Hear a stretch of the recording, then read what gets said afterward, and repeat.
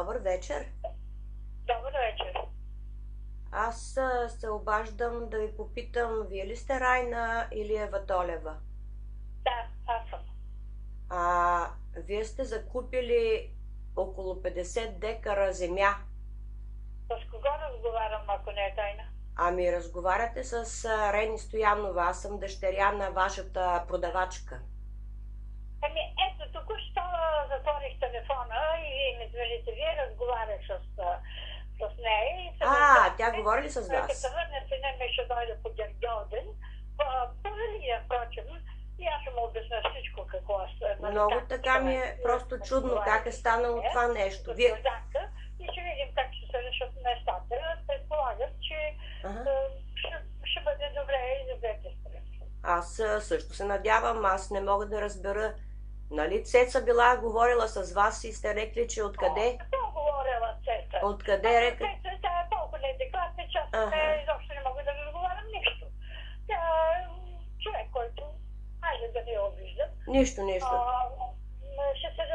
Аз си го обясних на Йорданка и викам, вижте какво, тя ми е била преподавателка и аз я знам като млада, тя ме знае не като малка. И казах, да си дойде сина ми на Великден, ще му обясня всичко и ще се вземат някакво решение. Явно въпроса няма да остане висящ. Ама аз да ви попитам само...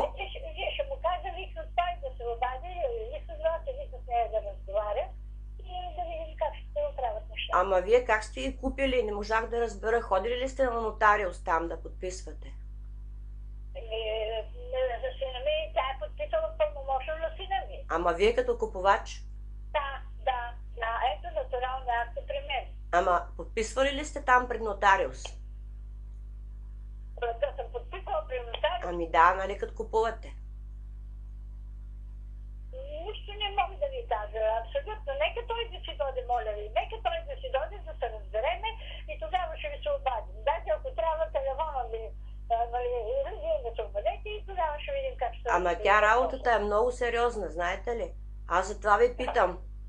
Защото ако вие не сте се подписвали пред нотариус, може би и вас ви е измамил.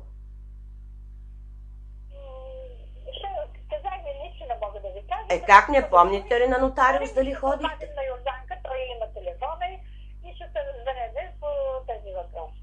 Мисълта ми е, че ако не сте ходили на нотариус, сделката ви не е валидна. Това е много ясно. Вижда се. Това е много ясно, защото не е ходено при нотариус, сделката не е... Не той, вие. Вие купувачката, нали, като купувате, трябва там пред нотариус да се подпишете. Затова се обаждам да питам, ходихте ли на нотариус?